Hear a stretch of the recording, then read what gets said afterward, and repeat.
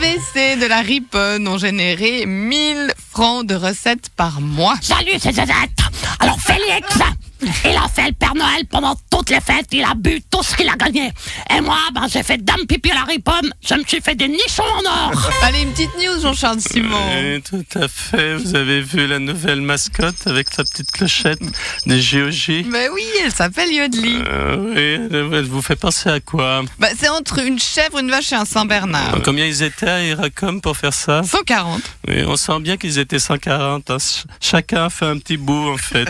Ce qui est dommage, c'est qu'ils ne se soient pas vus une fois tous ensemble. Un restaurant naturiste à Paris a dû fermer ses portes par manque de clients. Ah c'est dommage, on voulait y aller avec Marie. Manger une miche entre deux miches, le rêve. Christian Levrat, vous avez tiré un bilan décevant des 3 dernières années de législature. Tout ça, c'est à cause des partis de droite. C'est une législature catastrophique, gâchée, inutile, rien n'a avancé. Que pouic. Vous pensez que la droite majoritaire au Conseil national n'a rien fait? Que pouic, je te dis. La droite n'a rien fait comme on voulait à gauche. Ouais, bon, en même temps, c'est le principe. S'ils sont à droite, ils vont pas aller dans votre sens. Ah ouais, vous voulez dire que si la droite menait une politique de gauche, ce serait la gauche. Donc quand je m'énerve, ça sert à... Ah, que pouic. Philippe Etchebest, comment se sont passées vos fêtes de Noël? Alors je suis allé chez mes parents et franchement j'ai jamais vu ça. Je suis arrivé dans la cuisine de ma mère, j'ai regardé le frigo, ouvert le four et je lui ai dit: tu déconnes ou quoi? Putain maman. La dinde farcie était trop cuite, les coquilles Saint-Jacques en entrée c'était pas ça. Putain maman, j'ai jamais vu ça. Faut vraiment que je prenne les choses en main, ça peut pas continuer comme ça. Putain. Qu'est-ce qu'elle vous a répondu? Elle m'a dit: putain Philippe, tu déconnes ou quoi? Tu montes dans ta chambre, tu prends une bonne nuit de sommeil avant que je te botte les fesses. Putain. La disparition d'armes militaires a augmenté en 2018, Guy Parmelin. Je ne sais pas où elles sont, moi.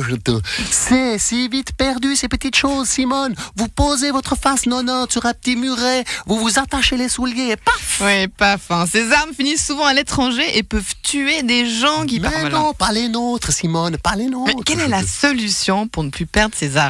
J'ai déjà donné la solution à Viola Amert. Il suffit que les soldats suisses ne s'attachent plus les souliers. Super sympa. C'est mon réseau. Alors, moi, ma résolution pour 2019, c'est de mieux maîtriser ma communication, Simone. Mais parce que, non, mais je vais prendre exemple sur les rappeurs Booba et Frisquette. Non, Booba et Caris.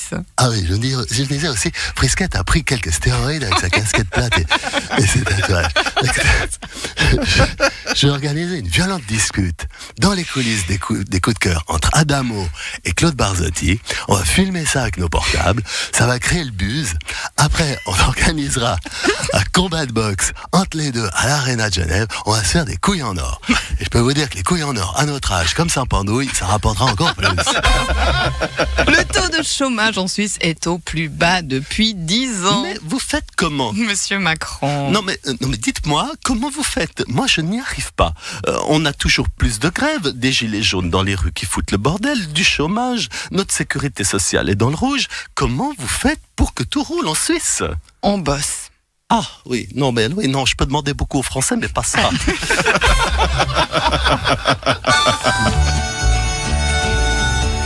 Salut. Ta-ta-ta.